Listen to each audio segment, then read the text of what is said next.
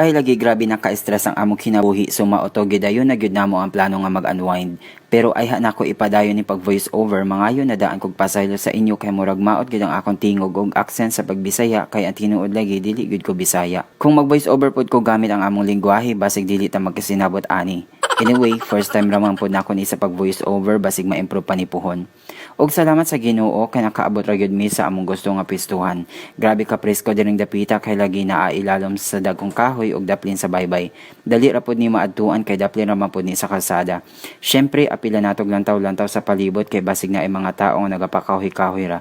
Og syempre dili gyud mawala ang saging kay lagi ingon nila bahala saging basta labing. Apilang po dayo nato na og storya-storya sa mga pangandoy sa kinabuhi, mga plano para sa sarili ug sa pamilya. Sa tinuod naka-relax gyud mi diraa kay way laing tao kamera. Og nitindog na dayon na sila og nagvideo-video kadali pero ang usa dihaa kay andam na tilawan ang dagat kumparat ba. Og during dapita wa na gyud nakaantos ang isa dihaa kay gikumusta man gyud niya iyang mga igsuon nga dugay nang nawala. Sige rag katawa kay kunuwan sa ta mabuhi so choose to be happy ingon pa niya. Piliun gyud nato nga malipay ta adlaw-adlaw. Bahalag way kwarta, daghang problema, magmalipay na gihapon ta.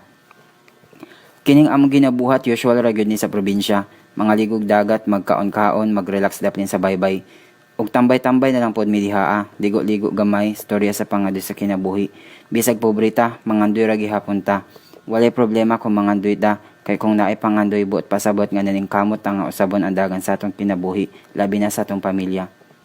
Og nalipay gud mi ani ginabuhat namo ron. Kay usa pod lagi ni sa mga pamaagi nga makarelax ang utok sa paghuna-huna sa mga problema. Normal raman ang problema, pero kung seryosohon aw magsipa-sipa gyud taglata.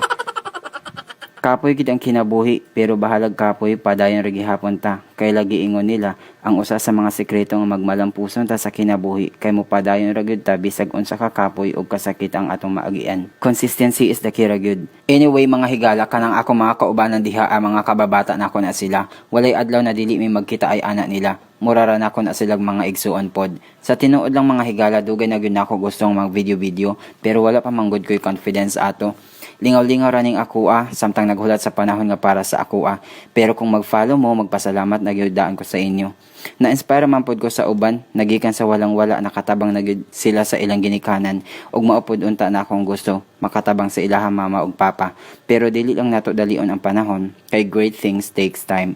Moabot ra ang panahon para sa atua. Ang importante na atay pasensya samtang magpaabot ta. Og nanguli na lang po dayon mi, kay giburot-burotan na akong likod mga higala. Pero basig dili ni normal nga burot-burot, basig na engkantuhan na mi dito akay sige ra man mig katawa.